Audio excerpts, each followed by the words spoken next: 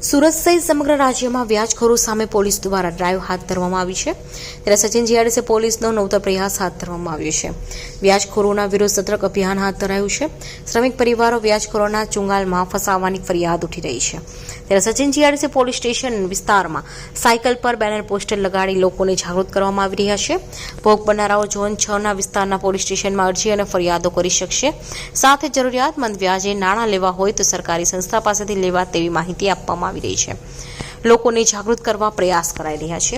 પોલીસે કહ્યું કે ઘણા ઊંચા વ્યાજ વસૂલતા હોય છે તો ઘણા જોર જબરદસ્તી રૂપિયા કે મિલકતો પડાવતા હોય છે ત્યારે સ્પેશિયલ ડ્રાઈવ યોજી છે જે અનુસંધાને સાયકલ પર બેનર લગાવીને લોકો આવા વ્યાજખોરોના ચુંગાલમાં ન ફસાય તે માટે જાગૃતિ આવે તે માટે પ્રયાસ કરવામાં આવશે।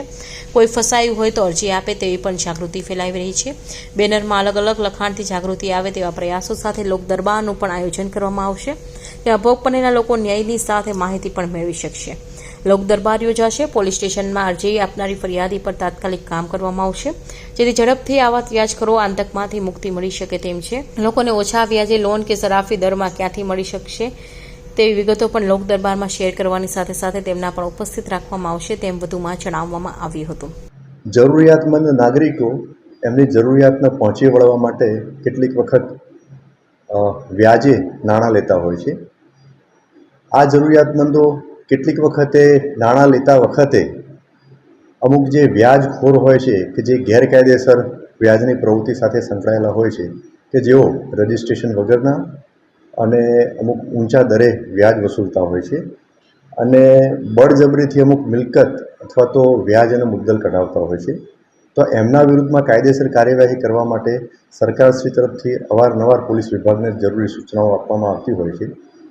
એ અનુસંધાને ગુજરાતના ડીજી સાહેબ તરફથી હાલમાં 21/6/2024થી 31/7/2024 સુધીના સમયગાળા દરમિયાન એક સ્પેશિયલ ડ્રાઈવનું આયોજન કરવાનું તમામ જિલ્લા શહેરમાં સૂચના આપવામાં આવેલી છે। જે અનુસંધાને આ સ્પેશિયલ ડ્રાઈવ દરમિયાન અસરકારક કામગીરી થાય તેના માટે સુરત શહેરના પોલીસ કમિશનર શ્રી અનુપમસિંહ ગેહલોત સાહેબે સિનિયર ઓફિસર અને સાથે સાથે થાણા અમલદારને પણ જરૂરી સૂચના અને બ્રીફિંગ કરેલ છે। જે અનુસંધાને આજરોજ ઝોન 6ના નાયબ પોલીસ કમિશનર શ્રી રાજેશ પરમાર સાહેબની સૂચના અન્વયે આઈ ડિવિઝનના સચિન જીઆઈડીસી પોલીસ સ્ટેશનમાં એક ટ્રાયસિકલ એક બેનર લગાવી અને એની શરૂઆત કરવામાં આવેલી છે।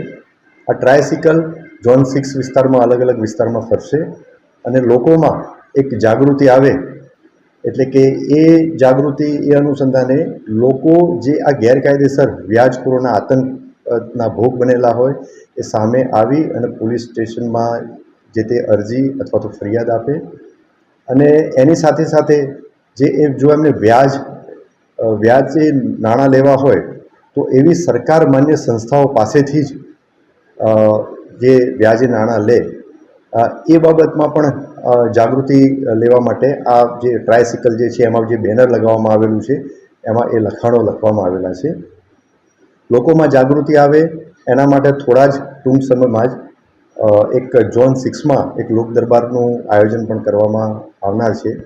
તેમાં આ લોકોની અંદર જે જાગૃતિ આવે તો લોકો જે ભોગ બનેલા હોય અને સામાન્ય નાગરિકો હોય એ આ લોક દરબારને એટેન્ડ કરે અને એ લોક દરબારમાં જે સરકાર માન્ય નાણાકીય સંસ્થાઓ જે છે એના પ્રતિનિધિ પણ હાજર રહેશે એવી વ્યવસ્થા કરવામાં આવનાર છે અને એ પ્રતિનિધિઓ કેટલા દરની કઈ રીતના લોન મળી શકે અને એમાં શું પ્રોસેસ હોય છે એની જાણકારી પણ આ લોક દરબારમાં આવશે।